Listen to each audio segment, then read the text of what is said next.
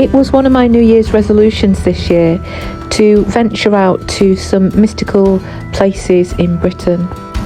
And so here I am, just a couple of weeks into the new year, making the 4.5-hour journey down to Avebury in Wiltshire. The village of Avebury stands within a stone circle which is the biggest in Europe and is thought to be over 4,000 years old. And it's also close by to a number of sacred and mystical sites. The locals were hosting their annual Wassailing event, blessing the apple trees around the village, and so I made a point of tying in my visit with the event.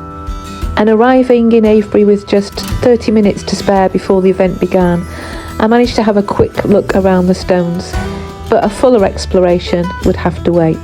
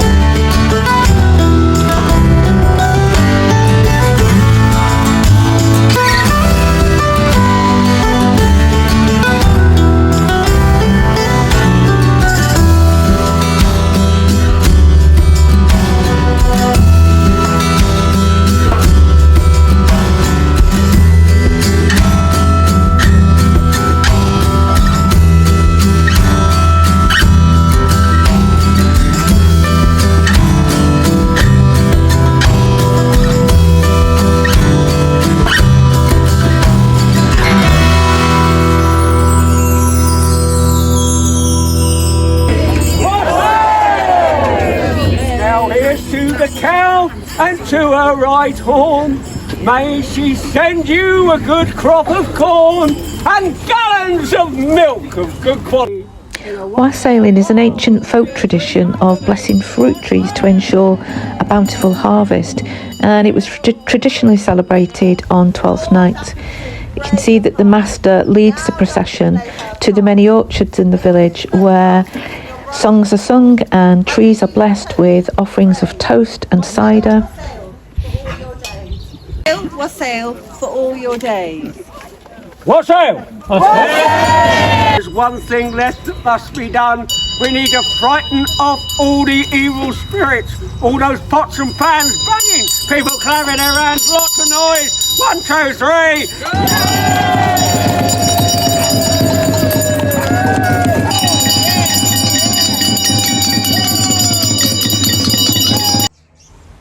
The procession then made its way through St James's Church, where the Reverend invited the crowd to dress the plough with greenery to mark the beginning of the agricultural year. Make sure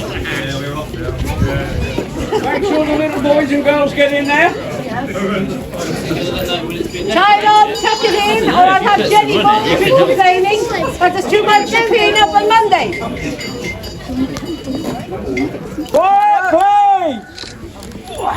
I tie the knot of Bridget for the greening of creation.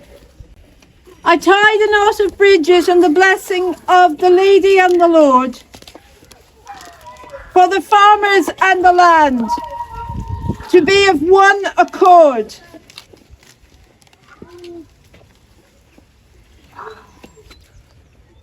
In the name of all that is holy and good, the face of the divine that each of us sees, and the Lord, the wild Lord Christ of the faring greenwood, I bless this plough and through it all farmers.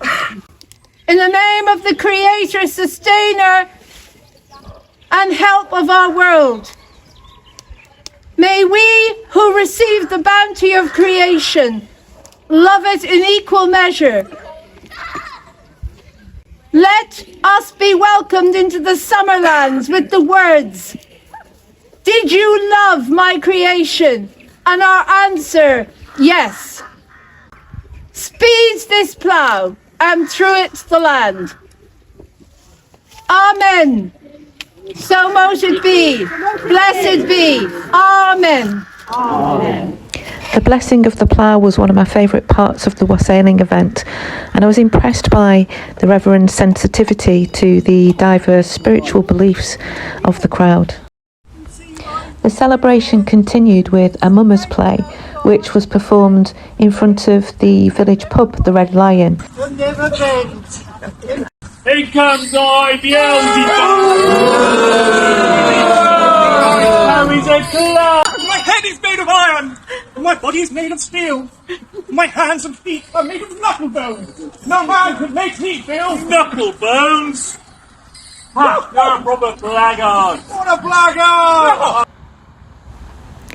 The festivities continued in the local pub, and there was just enough time before sunset to have a wander around the village, as I wanted to have a look at some of the ancient beech and ash trees in the village.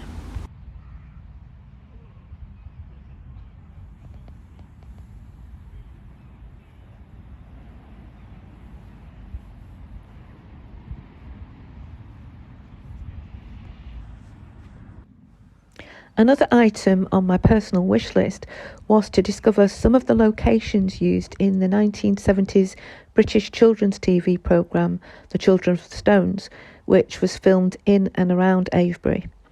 The plot revolves around an astrophysicist, Adam Brake, and his son Matthew, who moved to the fictional village of Milbury to study the ancient stones that surround the village. Throughout the series, Professor Brake and his son unravel the ancient mysteries of the stones and the dark forces at work in Milbury.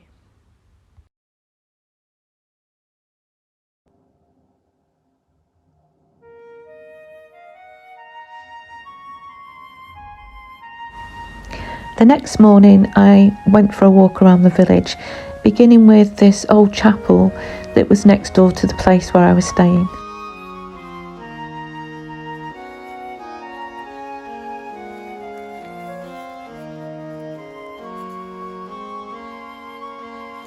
I kept my eye on the sunrise because I was really hoping to see the stones in the sunshine, and it was looking promising.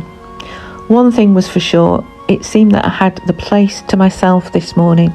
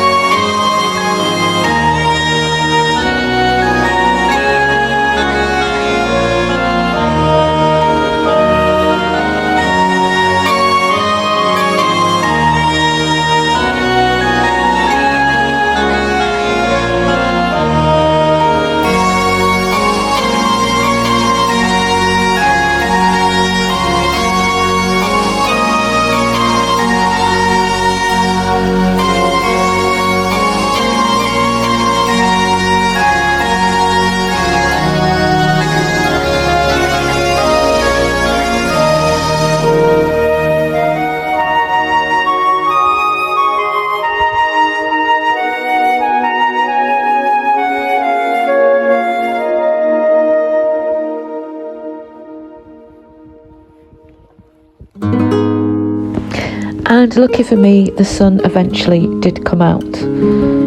Avebury Stone Circle was built around 2600 BC, and it's surrounded by a bank and a ditch that you can just see to the right hand side there.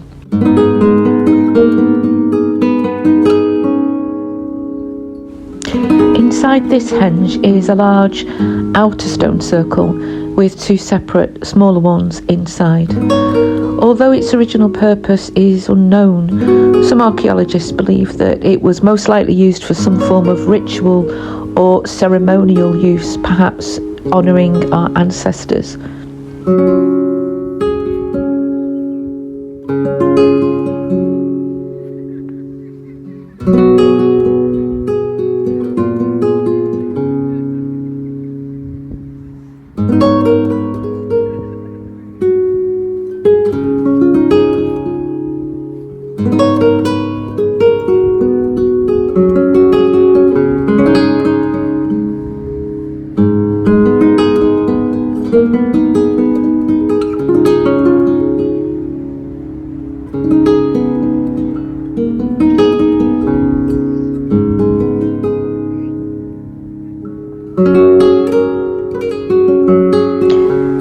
village of Avebury is situated within the stones, and there's even a road running through it, and there's a real sense here of the ancient and the modern existing side by side. With a train to catch home, my Avebury visit sadly had to come to an end, but it's somewhere that I'd really recommend. And I definitely plan to come back in the early summer and experience the place with the wildflowers up and the rapeseed fields in full glory. And who knows, I might even see one of the famous crop circles that tend to, well, crop up in this part of the world. Thanks for watching, and I hope you'll join me next time we go on a journey into the ancient mystical green.